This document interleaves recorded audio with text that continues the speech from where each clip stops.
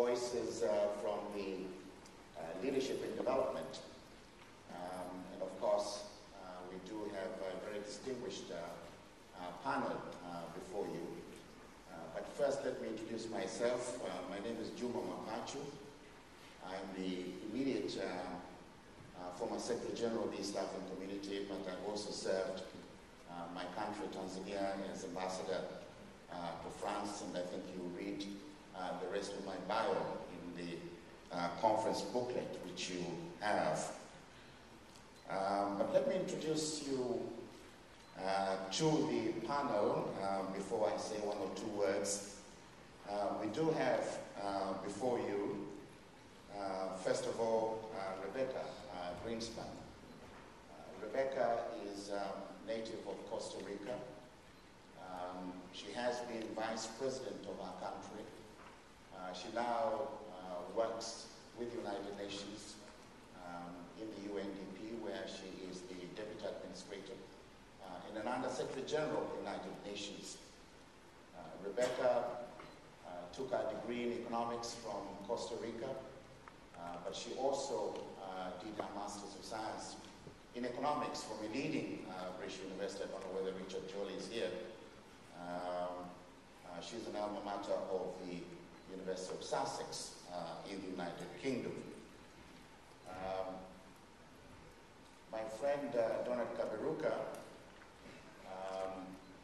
is a Tanzanian in a way for which I'm very proud. But everyone is by nationality. He grew up in Tanzania because of the accidents of history in Africa. His parents were in exile in Tanzania for many years, so went through most of his education in Tanzania. But after that ugly genocide, he was able to go back to his native country, where he served in the central bank as deputy governor. He later became the Minister for Finance and overseeing a very remarkable transformation of that country to the stage where today in Africa we pride ourselves of Rwanda being one of the most robust economic models in Africa. And of course, Donald was very much the architect of that economic transformation. He is now, or since 2005, the president of the African Development Bank. He started at the University of Dar es Salaam, which is my alma mater. He took his degree in economics from there, and later went to the University of Glasgow in Scotland, where he obtained his doctorate in economics. So you can understand that we do have a formidable panel before you, and I think we will have a very lively conversation. So let me begin by asking both of them a very general question. Over the last 40 years, Rebecca and Donald, we have seen within the global society a number of commissions looking at North-South relations, looking at how we can build a more just and a more humane global society. What Richard Jolie and his colleagues in the 70s and 80s described it as development with a human face. So we went through the Pearson Commission, we went through the Brandt Commission, the Brundtland Commission in terms of the environment and climate justice. We went through the South Commission, which was chaired by the founding father of Tanzania, Mwalimu Julius Nyerere. And of course, we can also speak a lot about our dear friend, the late Mahbub a very strong member of SID, who started the Human Development Reports. Around all these commissions and all these reports has really been this ethos about how to bridge between the rich and poor, and how to alleviate poverty and make international cooperation realize the objectives of realizing a social justice in the world today. But 40 years down the line, Dr. Greenspan, what is the balance sheet? What do you think is the balance sheet? Have these commissions, these all ideas delivered, or do you think that is still work in progress? Well, I really think that a lot has been achieved, and what we are seeing right now with the emerging South and the global South, the emerging Africa continent that we were talking about, the improvement and progress made on the Millennium Development Goals. Even in sub-Saharan Africa, we are seeing, despite many of the challenges, some progress in many of the Millennium Development Goals. So I think that a lot of progress has been done and has been achieved. But I would say that the main thing that is happening right now, because I think that we are shifting in what we are seeing in the world, the main thing that is happening is that many of the ideas that were competing in terms of development, because there has always been competing ideas in terms of development, not only one paradigm. But what is happening now that is different from the past is that those competing ideas have more power to be put on the table as options and getting away from one-size-fits-all type of policies. And the reason for that, in my opinion, is because you are seeing the emergence of new paths to developments that are successful, that are coming from the South. So part of what is happening now is that there are more options in the table for the developing world that are being powerfully put forward because of the success of many of the countries of the South. So the matrix of options that are opening up to the developing world are much more than they were in the past, where there was pretty much a very strong one paradigm type of view. So in terms of those of us that have been in the development field for a long time, this is a very good news, because it's precisely the discussion and the specificity and the diversity of the policy options in front of countries that will lie really the richness of the possibilities for the future. And I think that the emergence of the global South is making that much more forceful today than it was in the past. Well, thank you, Rebecca. The global South. I mean, if you read the challenge to the South, which is the report of the South Commission, you do, of course, get that sense of competing ideas, ideas that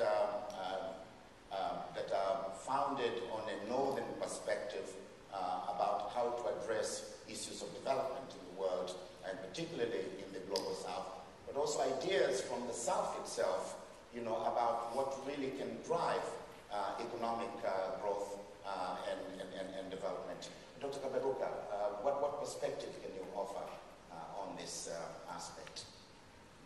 Juma, thank you very much, and thank you for inviting me to this august audience. And the balance sheet has assets and liabilities. Let's begin with assets. I think Dr. Greenspan's got right. We have come a long way. The world at the time of the Grand Commission today is a different world. Maybe Africa is converging much more slowly than the rest of the world. But if you look at Latin America, then financial crisis, Asia, the Asian drama, Africa, today is a different world. Now, it's exactly a combination of internal and external dynamics, obviously. However, this is the liability side. If you look today at what is happening in the Horn of Africa, you could say here's a test of where we are going wrong. Because it cannot might be that at the time when the world is making so much progress, we could see starvation in the 21st century. And Amartya Sen told us many years ago that you could blame Mother Nature for the droughts, but you could not blame Mother Nature for the famine. Famine is a man-made policy failure issue. And so for me, that you could have children today dying for lack of food, I think is an indictment on all of us. But I will go further and go to the Arab world. What is going on in the Arab world at this moment? Tunisia, where I live, was registering 7% growth. It was attracting investments. International organizations, including ourselves who are praising this regime as delivering the goods of the country of struggle. I think for me, two things emanate from the Tunisian experience in Arab Spring. One of them is that this thing called authoritarian bargains, that somehow you can deliver development and then democracy will come for another day. Forget it, it's a myth. That is it. The idea that you could have bread before freedom, I think the youth of Tunisia who defied winter in January 2011 have made a point. And therefore, we have come a long way in terms of growth, in terms of the country economic numbers we know very well, but we have a challenge of ensuring that this growth is inclusive, it reaches everyone, but also that it expands freedoms for people. People are no longer interested by impressive numbers. However, it is about, does this expand my freedom? And that is true for Asia, for Latin America, and to my continent. For me, this is what I think is the biggest item on the liability side. Thank you very much indeed. If we could now locate this whole debate about the competing ideas on development, and of course, Bedsal and Fukuyama have got a book, and I see Dr. Greenspan has got a copy on the table there, Ideas in Development, New Ideas on Development After the Financial Crisis.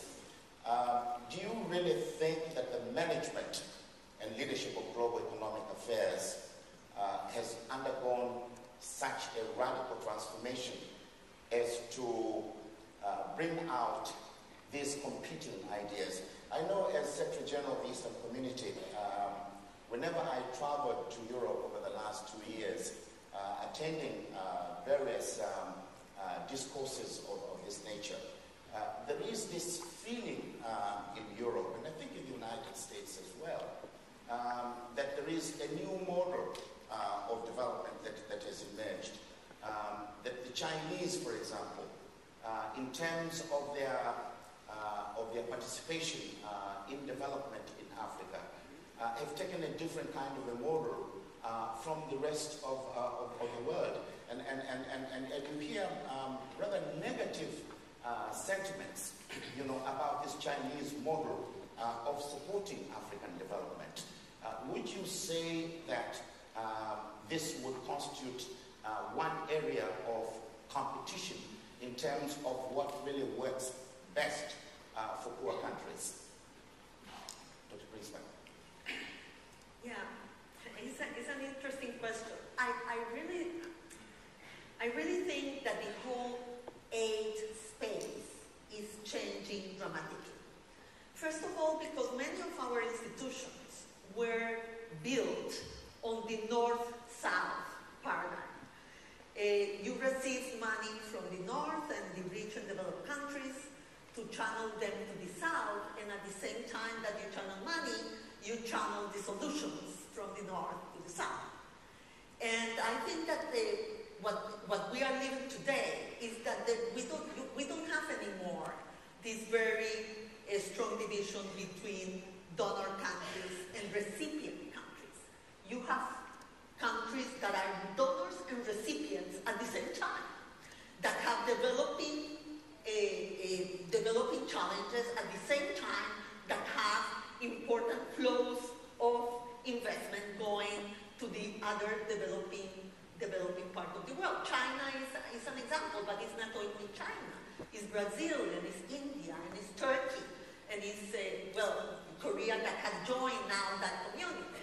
So we are living in a cooperation space that now have a much more actors in terms of shaping the way in which this partnership is happening. And I think that this is a very good thing. And when, in my experience now with UNDP, when we go to the countries, many of them, what they ask us to do and what we are doing more and more is to bring the solutions of the South to the realities of the South, to the problems of the South. So the South-South, the trilateral cooperation, will be more and more the new fashion in which cooperation will happen in the world. But the second part, in terms of one model, is that I am a true believer that you have to go to the countries and work to the countries and what is best for them. That the issue of ownership and countries being in the driver's seat of development is not only a rhetorical, a good political thing to say, but is really key for development to be successful. If we don't do that, if we don't strengthen that part of the equation, so we won't get the results that we are looking for. So when people talk about one model of a new emerging model in cooperation, I really don't think so. I think, as I said at the beginning, that what we have to strengthen is all the models that will work and go to the countries to see and allow them to drive the transformation that they need. And all the successful stories that we are seeing in the world are stories of countries taking in their own hands their development challenges. There are stories about leadership, about national building, about social cohesion. Those are the stories of success that we are seeing. So this idea that it's only one model, the one that is emerging, sometimes I think that it's like an excuse to get around some of the things and norms that we need to establish as principles in the development cooperation, to lower the bar in some of the things that we don't want to do. Thank you, Rebecca. We are very lucky this morning that we do have in the audience President Kufur from Ghana, as well as Deputy Prime Minister Mwapacha from Kenya, who will also, I hope, be able to share with us this particular experience in terms of the Chinese model of development and how they are working with African governments. But let me come to Dr. Kaberuka. From your perspective, do you really think that there is a competing model of development, and particularly in the context of the Chinese, the Turkish, as well as Brazilian now engagement in Africa at the developmental front, particularly in infrastructure development? First of all, let me say that there was a time when the so-called Washington Consensus was dominant, and there was a context to that. We all know what are bad policies when we see them. If you see hyperinflation in a country, if you see growth which is not inclusive, these are bad policies, wherever. What I think is important to realize is we don't know what are good policies for any one country. That is what's important. We have now in the G20 a whole range of countries who have come to where we are there from different paths, not simply the Chinese path. You can talk about China and Juma, but there is also Turkey, there's Malaysia, there's Vietnam, there's Brazil, there's Korea. Different models. Now, they have made their own mistakes. They have learned by doing. And I think at this point, what is important for Africa is not to ask, do you want the Chinese model, the Turkish model, the American model? No. The answer is, here we have a continent of 1 billion people. rich natural resources, and would like to unlock this potential for the good of the world and for the good of African people themselves. How best do we do so? Now, you could begin by a set of macroeconomic policies which are standard. We all understand them. Number two, then you have to do a set of sequencing and timing of things you have to do, which must be different from country to country. China did not follow the same model as Vietnam or Korea. They follow different paths. And so for me, when I mention infrastructure at this point in time, it is that in the 90s, in the years of the so-called Afro-pessimism, you remember the days? When they said Africa was lost, the lost decade, the years of transition from one-party state to multi-party state, years of hyperinflation, people said Afro-pessimism. In those days, there was a logic that if you get international aid, you must invest in the social sectors. So for a decade and a half, as a continent, we did not invest in connectivity, in energy, in mass transit, and so on. So today in Africa, whether it is moving food to the market, whether it is connectivity, whether it is infrastructure, the cost of doing business are the highest in the world. Almost 40% higher than the world. So the Chinese come and say, look, let's make a deal. You have copper, you have oil, I can do infrastructure for you. This is not Africans adopting a Chinese model, far from it. It is saying, we have a problem, rain, dams, connectivity. You are looking for our oil, let us do a bargain. I don't think there are Africans sitting in this room who are prepared to adopt any model, including the model you mentioned. But there is a problem to be resolved, and at the moment that happens to be mainly infrastructure and the whole issue of integrating our economies. You recall Nancy Betso, I don't know if she's here. 5 years ago she said the whole of sub-Saharan Africa, the size of the economy was equal to Chicago. The city of Chicago. Now think of the city of Chicago with 46 boundaries, 46 ministers, 46 governments. And so for us, infrastructure is important to lower the cost of doing business and to integrate our economies. Now, whether we're helped by the tax, the Chinese, the Indians, the Malays, the Americans, so be it. Thank you. Let me now turn to this broader panel here. You on the floor. Would anybody wish to intervene at this stage with a question or a view on what we've so far discussed? I welcome some involvement from the floor. President Kufo, you would like to say something? Yes. Do we have mics? Yes, please.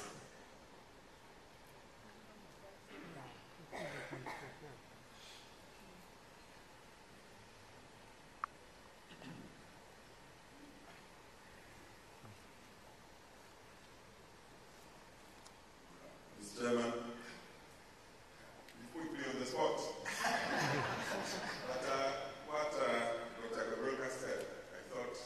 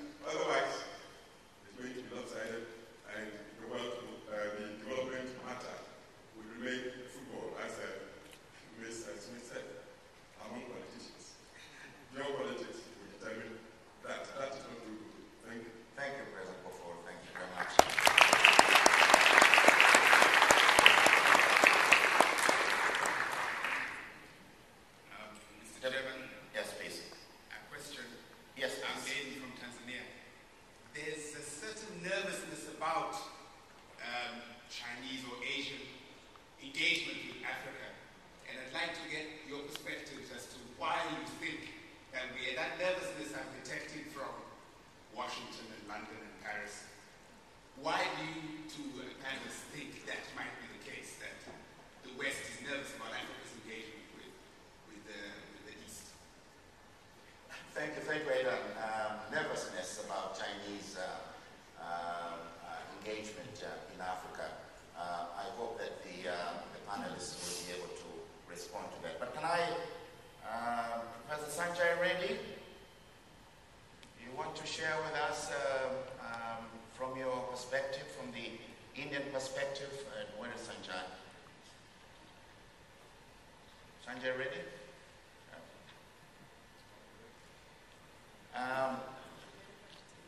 There is a question?